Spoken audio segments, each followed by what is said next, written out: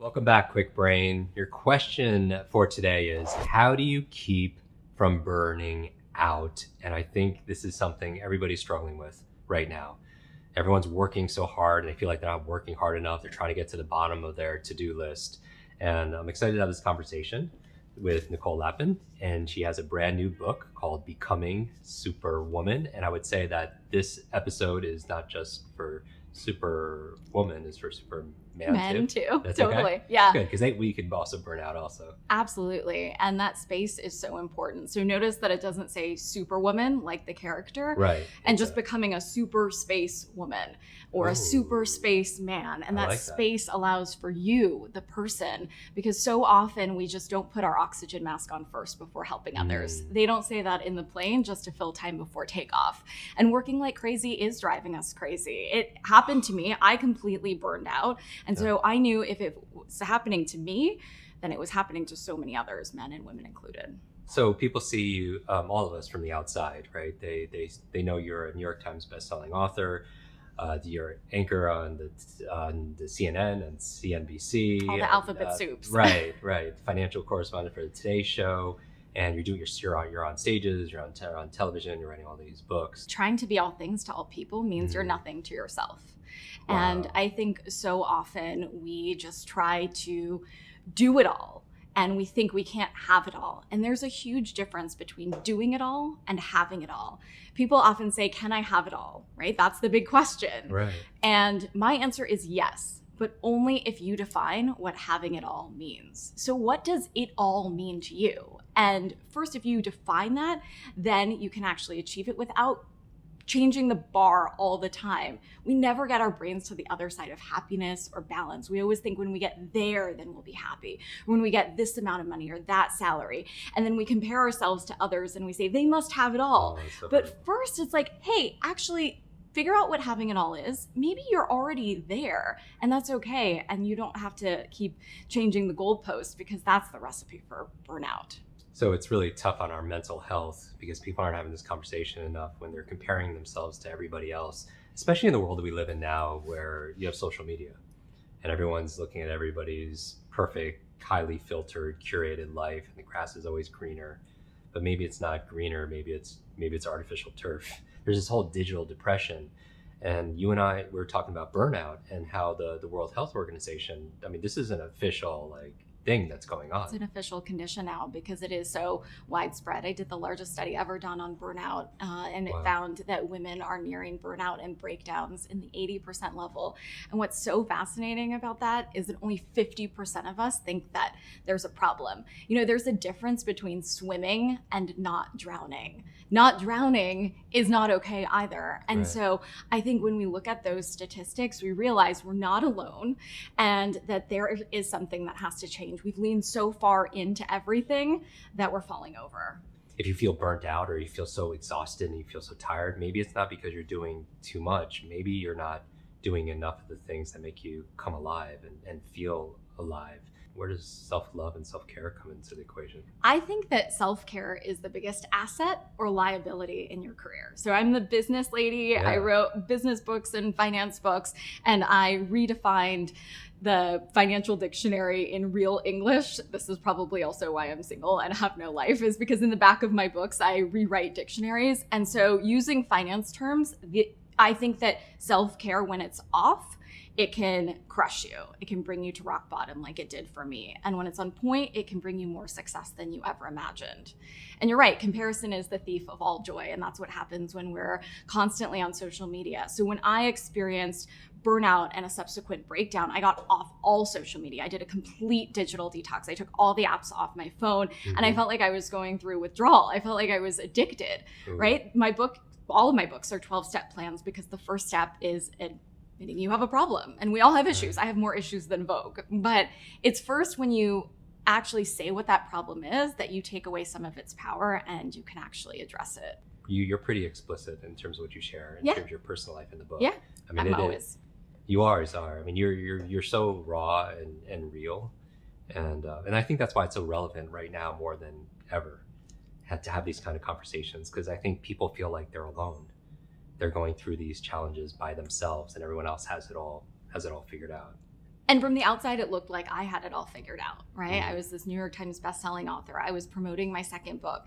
I had been on TV, network news for more than a decade. And so from all outward appearances, I looked like I had everything on point. And the number one question I kept getting asked at events across the country was, how do you stay so balanced all the time?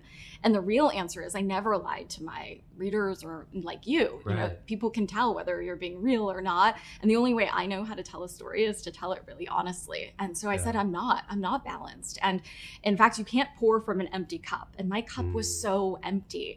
And I came up with a system of how to actually do that, how to hack balance and productivity and happiness in a tangible way, not this woo-woo stuff. I went on this whole mission because right after my second book tour, I had a complete mental, physical, and emotional burnout and subsequent breakdown that led me to an emergency hospitalization where I had to rethink everything. I had hit my own personal rock bottom. Even from Instagram and all outward appearances, it looked like I was on top of the world.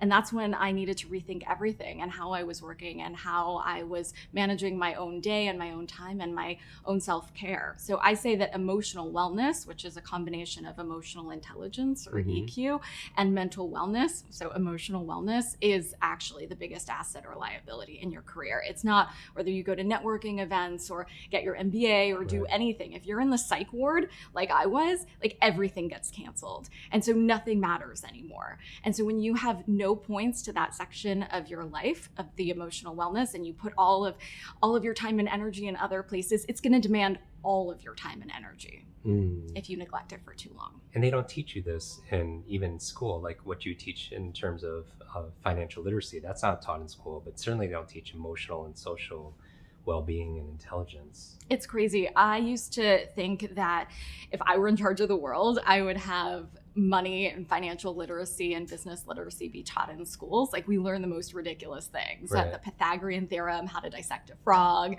geometry, and we don't learn how to do a budget or taxes or business plan, which would be so much more valuable, which is why I created online courses to hopefully fill that void. But now I truly realize the other thing is emotional wellness and self-care. Everyone, I think, could relate to this because everyone feels like they're on the verge of a breakdown or burning out, and they're trying to achieve some kind of balance. What would you recommend for somebody watching or listening to this? Where would they start? So the studies that I've looked at, and I tried to get like cold hard facts, our brains work very similarly like that. Like I didn't want any woo-woo stuff, and I tried everything just by trial and error, and I didn't come to it as a scientist or a therapist. I just came to this as someone who was an expert more in self-hate than self-love, and I just needed to figure out for myself how to get it together. And so the studied ways to increase your happiness and balance levels are meditation, gratitude, sleep, exercise. These are things you talk about on the show all the time, of course. But for me, I hated the idea of meditation. I was like, I'm not going to go to this studio and pay them a bunch of money or get this app that I pay to be in silence or do this like Om Shanti thing. I'm so confused as to what I can't even wrap my head around that. And so I found alternative ways to do all of these things that worked for me. So I found that if I took new classes, I learned how to do latte art making or archery or tomahawk throwing or all these random courses that I found in New York City or outside of the city that were repetitive. I just found that was meditative for me. And then my routine was non-negotiable. So I used to have a routine where I let somebody hijack my day, checking my phone the first thing I did when I woke up. And I just went into what other people had as their priorities instead of setting intentions and setting the boundaries for myself. I learned so much about boundaries. That's something we definitely don't learn. And as another superwoman, Shonda Rhimes says, no is a complete sentence. And you can say no in work and still get ahead. In fact, the more I say no and the more I draw a hard line and hard boundaries, the more success I actually have because I'm more clear on what I want and I set people's expectations up.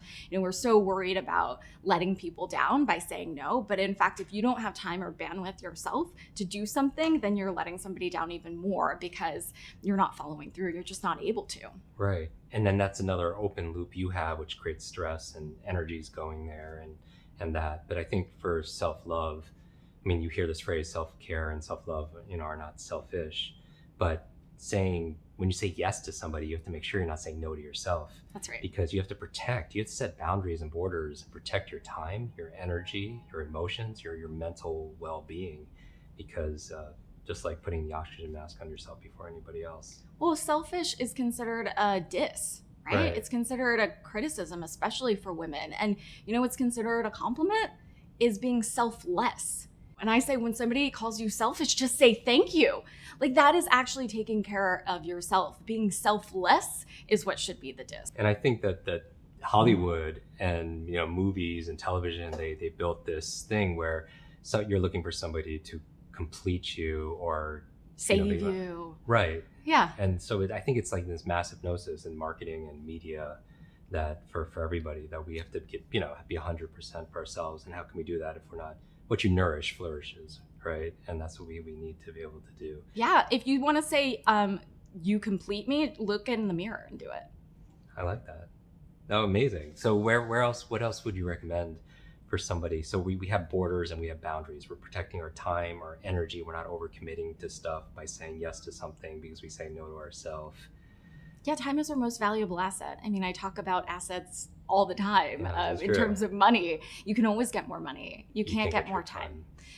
You and I are part of this group where that My Intent bracelet is, Chris, who started that company. And so every time he asks me to write a word, what do you write? Mine is always different. It's always depending on the time in your life. I had one that said superhero you, and it was like a superhero awesome. Space you, and but I like that. I think that part of us is, just to be a superhuman, not superhuman, like super productive. That's wonderful if you could do that, but just being a superhuman being. Yeah, and that's my whole, totally. That's my whole mantra. I used to put time on there, and it reminds me that it is our most valuable asset. And I think the idea of being a super woman or a super space hero, that space allows for you. And when you need a hero, you're not expecting somebody to swoop in and save you. When I needed a hero in my darkest moment, I had to become one. I couldn't depend on anybody else to do that for me. And I knew that the journey since then would largely be one that was a solo journey. And I needed to get down with that. And I didn't really even know myself, much less was able to put a ring on my finger. My childhood self wanted this Tiffany blue box, and it didn't stipulate in my imagination that there was a guy behind that. So I had that story come to fruition. It was just, a little bit different than I would have expected. I love that so much. What would you challenge everybody here to do? What's one thing that they could do to own more of who they are? So what is a quick challenge you could do is counting how many times you say I'm sorry during the day. Ooh. And so when I first did that, I felt like I was apologizing for everything. And so it puts you in a place of weakness just by the basic things that you say and how you carry yourself. So I said it about 50 times a day, which was nuts. Like when somebody bumped into me, I would say, I'm sorry. Right? And so once I was aware of the problem and had that self-awareness, I could tackle it. So that's my quick challenge for you. If you want more of a challenge, I would suggest coming up with your goals in 1, 3, 5, 7, 10-year increments, because they're more bite-sized in the 4 Fs, in family, finance, fun, and the new one in this book is fitness, which is mental fitness. Ooh. And if you don't know the destination, there's no way for you to get there. We have these long to-do lists. I also challenge people to see what they value most by listing the top 5 things they value. Coming up with what you want and what that picture looks like to you and staying true to that is ultimately what's going to create longevity and long-term sustainable balance. And stave off the burnouts and the breakdowns. We don't want those. I like alliteration, but but those other twos can be done with. And balance is not something that you necessarily have. Once you have balance, you just have it. It's something you do.